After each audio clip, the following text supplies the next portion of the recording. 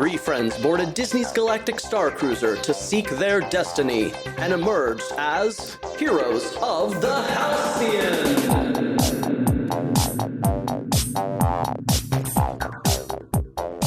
Hello, everyone. Welcome to Heroes of the Halcyon, a Galactic Starcruiser Superfan podcast by Galactic Starcruiser Superfans. I'm Superfan Martin. Superfan Christine. And Superfan Drew. And we're here to talk about all topics Galactic Starcruiser. And Drew, what's our main focus today? Well, we have a couple of things to talk about. We want to do some follow-up from the last episode. And then a quick little talk about character creation.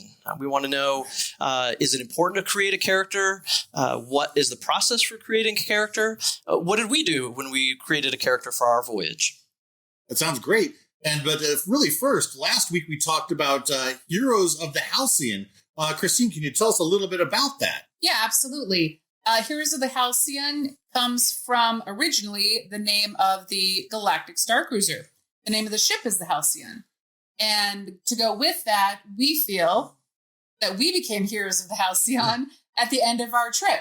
There is another thing that Heroes of the Halcyon relates to.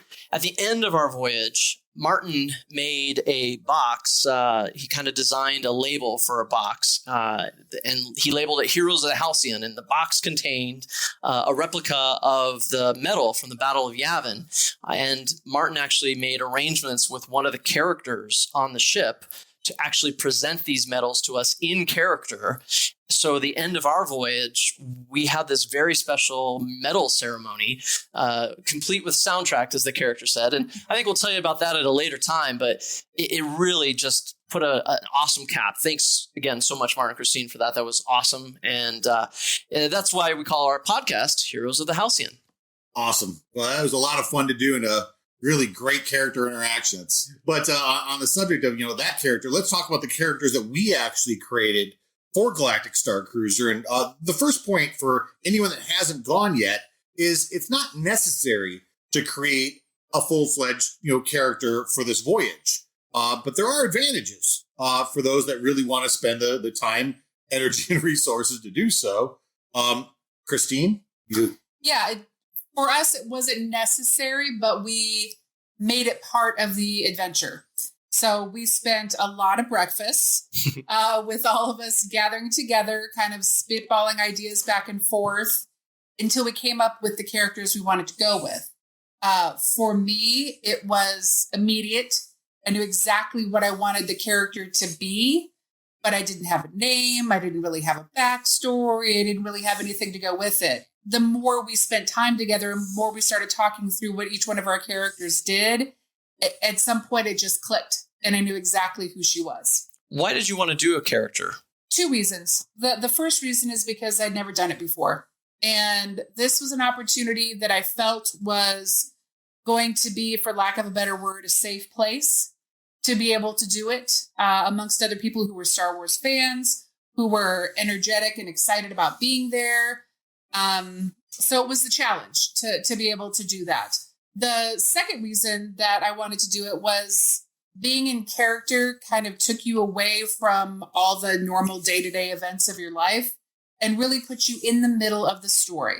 Really made, kind of put you out there on another level to engage with other people that, normally day to day, walk up and talk to a stranger and say, hey, how are you?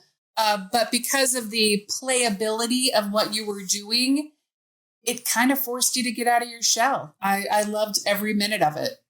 There's that line in Total Recall where the guy, when he's talking to Schwarzenegger, is like, you think about all the vacations you've ever taken in your life. What's the one thing that's constant? You.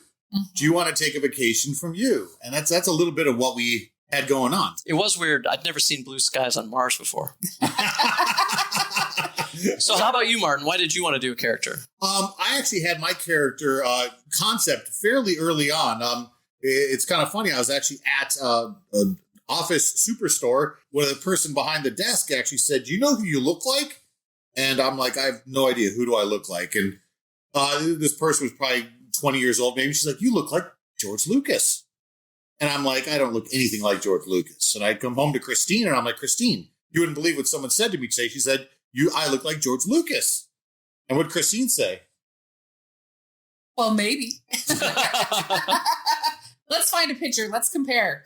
So yeah, we actually grew my hair out a little bit, got the prescription glasses that match, and it's a kind of an uncanny likeness to George Lucas. But I didn't want to go as a real person. I think that's I don't know George Lucas. I don't want to disrespect George Lucas. So I kind of created this fictional persona of George Lucas that I called George Sakul. It's actually an existing character in the Star Wars universe.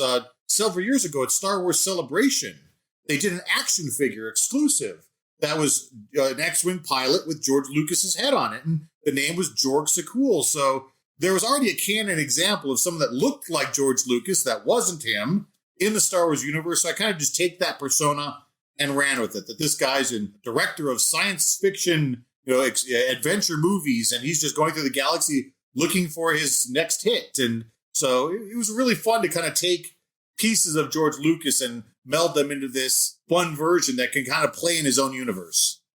What character did you end up going with, Christine? My character is a combination between Maleficent and a Twi'lek. So her name is Maleficent. She's the captain of her own ship called the Aurora, which Disney fans will no doubt recognize. Nice, right? Nice. Exactly. So I went with a purple and black theme for the outfit as well as her head tails, and painted my face green, which was an adventure in and of itself. But yeah, it was my tribute to both Disney and Star Wars at the same time. One thing that was fun while we were having our initial character creation at our breakfast, my son went with Martin and Christine and I to Galactic Starcruiser, and we were not immediately trying to figure out we don't have the same depth of knowledge about the Star Wars universe that you guys do. I haven't seen Clone Wars and Rebel Wars, as we talked about last week. I may have cut that out, but I don't know. In any case, I wanted to do something as well. I wanted to create a character for Christine. You nailed it. Taking a vacation from yourself, everything that you said in that statement, when this is your chance to play, this is your chance to actually get in there and do it. Right. 100% why I chose a character too. I really wanted to play back and forth with the other cast members, like I'm a cast member, to play with the cast members. True. But I wanted to interact with the folks that we'd read about in the build up to the experience. The other thing that was fun for my son chose, after we'd heard that Martin was going to play a film director, my son said, you know what, I could be an actor. So we really played up that my son was the actor in your action adventures, and really he had a lot of fun being that persona, being that space holovid actor. So that was a lot of fun. And for me, then at first we were talking about... What was his character's name? I'm looking at a picture because I had actually forgot. His name was Halcyon Vorman. So that's actually a super cool, child superstar name. Yeah, that's awesome. It was good. Vorman. We went back and forth on whether he was actually a child or his species just looked like they were children. We never quite settled on it. But in the end, it worked really well for his persona. For me personally, I initially thought I was going to go First Order. I was really excited about the possibility of going First Order. And in future episodes, we'll certainly dig into how we actually did. But at first I was like, I'll be a First Order officer. I'll be a protocol relations or, some sort of propaganda specialist. So I was really excited about that. But at the end, I pivoted and just went with kind of a member of Halcyon Vorman's security team. I was Zoran Vox and had a nice little security headset that I wore and tried to look mysterious with dark sunglasses. It was a cool, mysterious look. It was fun. It was definitely fun. So nothing compared to Christine's outfit, and I'm not as lucky to have an uncanny resemblance to a science fiction director like yourself. Christine, real quick, this is a great opportunity. Where will people be able to see some of these photos? We will have pictures of all of us on our Instagram page at Heroes of the Halcyon. So we chose these characters. Did you do anything, Martin? I'll talk to you. Did you do anything when you were preparing to go to what did you do to build your characters? What I'm getting at. Really, I mean, my personal character was such a multi-use. I mean, I just had a bunch of narrative threads in my head of where this voyage could take me. And again, I didn't want to know any spoilers of the storylines going in. But I knew that, First Order would be, invading the ship at some point. I mean, that was clear from the commercials and whatnot. So I just kind of wanted this to be a more of a roguish version of what I imagine George Lucas to be like. And again, I have no idea whether it's accurate or not, but it's just this fun-loving, roguish version of him swaggering around the Halcyon. And that's really the depth that I took it, because I wanted my character to be super flexible depending on what the circumstances threw at me and the storylines kind of came at me. So I didn't have a huge amount of emotional buildup. It was more just I wanted the look to be right and be able to present it, and just the attitude. It's presenting a persona, because you do want to be memorable to the cast members. I mean, I do believe that the quality of your interaction, they're super great to spend time with everybody. It's not like they treated us different, but it's fun for them to have, a bigger canvas to play off of. The more that we bring into it, I believe that's important. Mm-hmm. Yeah, definitely. I was most concerned about making sure the makeup was right. That was the most important part to me. I wanted to do Maleficent proud. So I did spend a lot of time practicing at home. I was a lot of green washcloths and things like that, trying to get prepared. Well, this really was your first major cosplay attempt. Oh, yeah, absolutely. And I believe it's safe to say, and Drew, I'm curious to see your thoughts, but Christine, in my opinion, was by far the most elaborate makeup of any guest on that particular voyage. No question. There was another Twi'lek that I remember seeing, and that person, I don't think they were doing the same kind of depth of Twi'lekness, Twi'lekini on their second day. So, but Christine, you carried it through the whole time, and I think a little bit later we'll talk about the park and what fun it was to be in character at the park. So that was the other part. That was actually my favorite of the absolutely whole darn thing. I do got to we can't give a specific shout out, but Christine actually found a gentleman in Peru via Etsy. Yay, Etsy. That created this beautiful set of custom Leku, the head tails on the Twi'lek species. And it's just a visually stunning piece that we were worried we wouldn't get it in time, but he had that thing delivered early. So that's one super tip we have, is that if you are going to go in any kind of a costume, just know you're going to buy way too much stuff and you won't use it all. But the other thing is, buy it early. Get your look hammered down 100% at least 1 month ahead of time. Things will arrive late. So what do you think would happen if someone decided they didn't want to go deep into character? They didn't want to put face paint on. They didn't want to try to find character beats. What do you think for people who are less inclined to go in character? What amount of character creation should they do? Again, I believe really the only difference, the story beats are going to play out the same no matter what. But I believe it's just going to be the level of interaction you have. I mean, when we were in a room full of, 10, 12 people at any kind of particular story moment, I can speak purely for myself. Sure. Again, I never wanted to override any situation, and that's unfair to the other guests. But I do think that we were able to drive steer the ship a little bit more elaborately than any other guest that was not as engaged. Because again, keep in mind, a lot of guests were perfectly content kind of just standing back and watching things unfold. They didn't want to be as involved in every sequence as we were. And that's a perfectly valid choice. I mean, if someone wants to kind of be the onlooker rather than the active participant, that's a perfectly valid choice. The best thing that you can bring with you is an open mind. I mean, that's going to be the best thing you can bring with you is, go into it. If you don't feel like you need or want to be in costume, if you don't feel like you need or want to build a character, just plan on going with an open mind. You can still have the interaction. You can still enjoy the time with the different characters and things like that. It's just going to be a different experience. That's it. It's just going to be a different experience. I mean, there was a lot of people on our voyage that just had the Jedi cloak on. Sure. That they just, we had our stuff planned out for months. Mm-hmm. And, we arrived in full makeup, stepped out of the limo onto that stage. We call it the Starcruiser stage, ready to go. And again, that's a choice we made. We really wanted to go deep. You don't have to. For you, Drew, do you think that character building is necessary?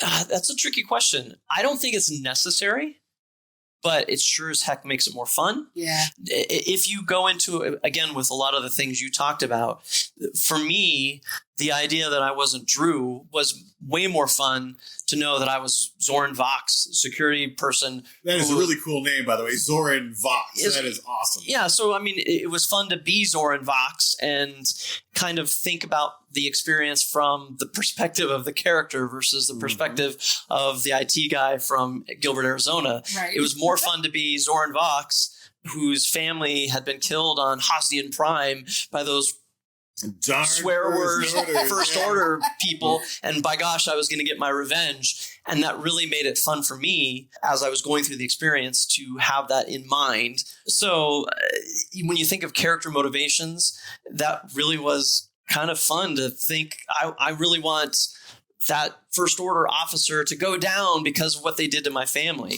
And another note that I can say that if you do go, deep into character, it does just allow for more in-depth interactions. And one example I would have that I'd ask Christine to kind of chat about is you were the same species, Twi'lek, as one of the main characters in Galactic Starcruiser, the Galactic Superstar Gaia. And could you tell us a little bit about how those interactions with you and Gaia went? Yeah, they were amazing. I mean, to go onto the ship and be the same species as another alien, and that alien is a major character and has a major plot point in the story was huge. I mean, it was almost like we knew each other without knowing each other. Like, oh, I got you. Like, we're both from the same place, both from the same planet. Oh, right off. And, it did make it to the point where if we spotted each other as we were going through different beats of the story, it was like a silent nod. It was like, yeah, you get me and I get you. So it was fun. It was a ton of fun. Did you see anybody else dressed like George Lucas, Martin? I didn't. I actually expected to. But no, I was the only one. And again, I look at myself in the mirror every day. I don't see it. But when you get in front of a bunch of people and you're in the flannel and you have their prescription glasses, but they're the same kind of glasses and everything. It's weird having people have that response to you, but people just love that guy. I hope George Lucas knows how much people love him. Yeah.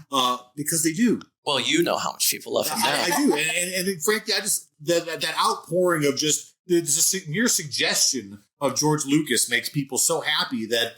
It's just fun to see. I hope he knows how beloved he is, because damn, he is. What about at the Batuu excursion, Christine? Did you go in costume to Batuu? I did. Going on to Batuu in full makeup and full costume, head, tails, and all, it was amazing. When they first started talking about Batuu, we all thought that it was going to be an area filled with Star Wars characters.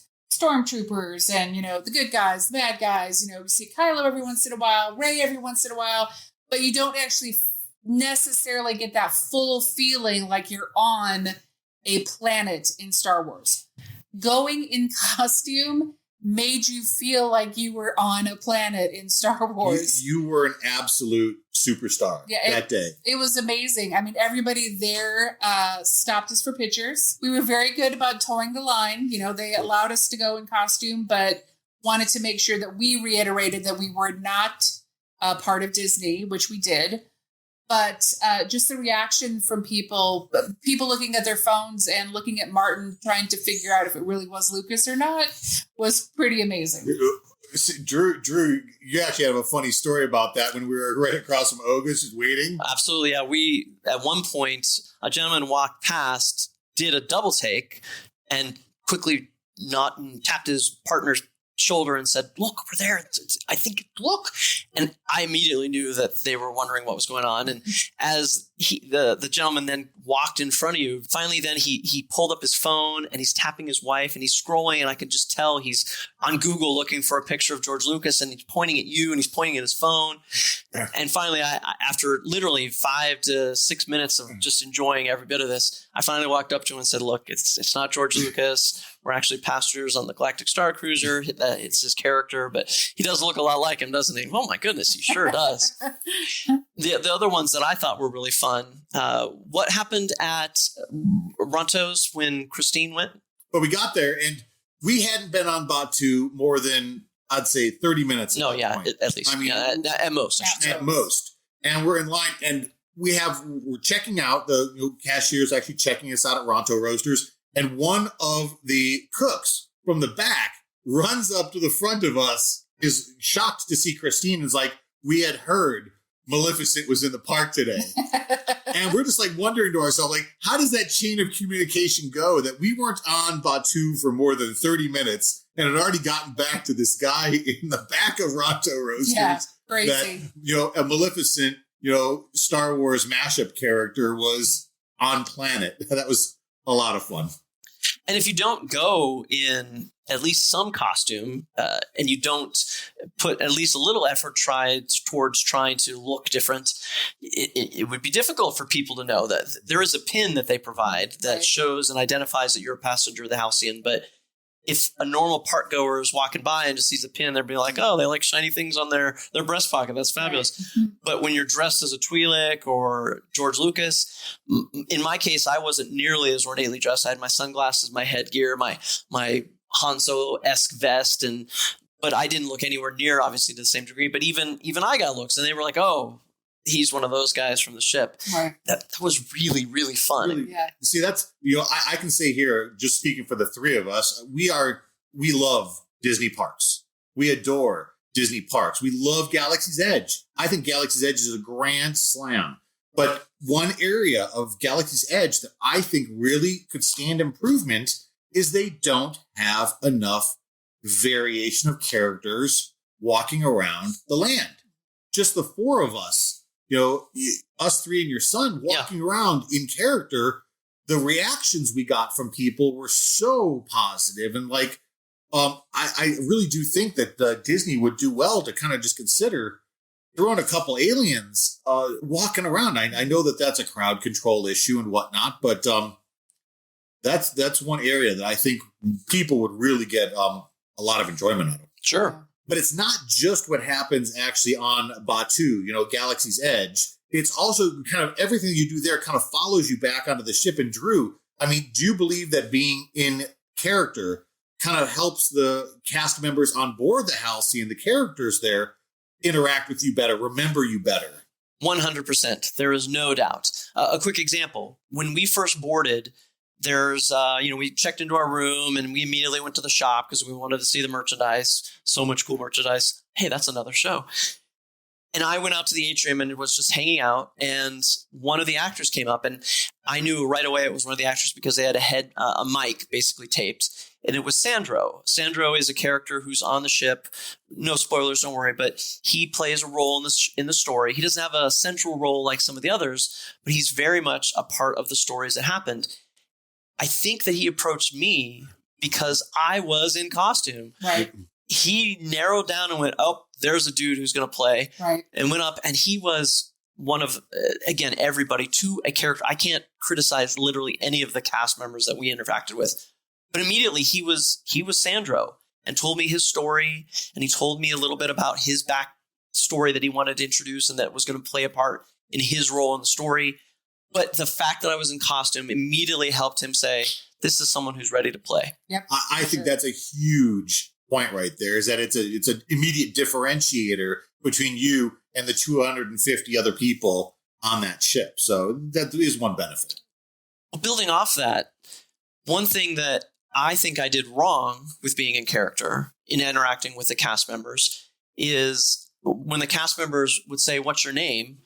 I would immediately say, I'm Zorn Vox from the planet Halcyon Prime, because I wanted to get out my story and I really wanted to tell them everything. That was a mistake. I really should have said, I'm Zorin. And that was enough. I remember my father once told me, if someone comes up and says, do you know what time it is? You can say, yes. You don't have to tell them how to make a watch. I was telling the cast members how to make a watch. Right. So that's kind of a mistake where I was so excited about showing the characters that I had made this huge elaborate backstory and I wanted to vomit it out to them as much as possible. Well, that was too much. In retrospect, and when we go back in October, I know now that if somebody asks me my name, I'm going to say Zoran or Zorbot, whatever character I'm going to come up with and get squared away. So that's something I think is a good tip to balance your character creation and how much you're putting out there with the cast members. Yeah, that's a great point. For me, a lot of my character was in my head. It just kind of influenced how I wove myself through the story. It kind of gave me a compass for how to make decisions of what would this character do, how would this character react, and that was really helpful for me. But yeah, that's a good point. Is what's their level of time that they have to spend? What's their level of? But I mean, Christine, we were just sitting. This is one time we took a very, very late lunch. We were so engrossed in the activities. Christine and I were almost alone in the dining room, the Crown of Corellia dining room. And one of the lead characters, Lieutenant Croy, pops his head in and actually calls out Christine's character by name. He saw her and instantly knew that's that character's name, and he used it. And it was shocking. I forgot my own name. We literally were just like, it was stunning that he would have that level of either remembering or he's got a microphone, or a headset in his ear or something. Really cool though. Yeah. And I imagine that's where the immersion comes from. You're not Christine, you're Captain Maleficent. Absolutely. And you're that person, and it's Croy talking to Maleficent and not just an actor guy who's trying to earn his $20 an hour or whatever. I hope they make more than $20 an hour. So right. Yeah. But like you said, though, us going in character immediately kind of silently gave them permission to engage at a higher level than, that may have been beyond other people's comfort level. We were kind of just putting it out there that we're in it for whatever they want to throw at us. So to wrap up our chat about character creation, I'm going to kind of put you on the spot, Christine. What do you think the difference is between character creation and just putting on a costume? For me, I know putting on the costume helped with the confidence level. Putting on the costume, seeing it all put together, putting on the makeup was like, okay, I'm in it. I feel like I can be part of the Star Wars universe. Creating the character in advance made me feel more confident with the interaction with the other characters. So it was knowing me before I got there, for lack of better words. Right. I think the two played well into each other. Do I think they're both mandatory? No. But for me, it was a huge boost in just jumping in with both feet. Yeah, and I'd add to that for myself. The difference was all internal. In the moments of the story where I had the most fun, I was Zoran Vox. I wasn't just the guy wearing the sunglasses. Right. And again, it's really dorky to think about, but when you have the ability to take a vacation from yourself, Martin, as you pointed out the Total Recall quote, and it just adds that other layer of immersion that I can't think of another experience in my whole life that had that level of just, I'm here as Zoran, having fun. I'm going to kick the First Order's butt and go from there. That was really amazing. Yeah, one of the things they did on the ship was early on, they had what they called a fashion show. And basically it was just an opportunity for you to come up as a character, maybe say your character's name and walk down their imaginary runway. In my personal life, there's no way I would ever do that. I'm not walking up there and walking down a runway and giving a little blah, blah about myself. As soon as we all got there and saw that that's what we were doing, we all got in line. That girl asked me one question and I answered as Captain Maleficent. You actually got a cheer out of your response too. Yes. That was awesome. So that, I mean, again, that's just stepping outside of yourself and doing something that you wouldn't do every day because nobody there is going to remember you after you leave. Nobody cares what you've done after you leave. So enjoy yourself to the fullest while you're there. Well, I think that is a great place to wrap up the conversation. Again, spoiler alert, character creation not 100% necessary, but damn, it makes it fun. So, Christine, if people want to get in contact with us or maybe see some of our pictures or understand a little bit more, how would they reach us on the interwebs? You will find us at Heroes of the Halcyon on Instagram and Twitter. And you can always email us at heroesofthehalcyon@gmail.com. And with that, Martin, how do we bring people out of episodes of Heroes of the Halcyon? Well, the big Halcyon phrase that they use for your welcome is, it's our honor. So it has been our honor to talk to you about character creation and just shoot the poodoo about all things Starcruiser. So raise your glasses, everyone. Tabuite!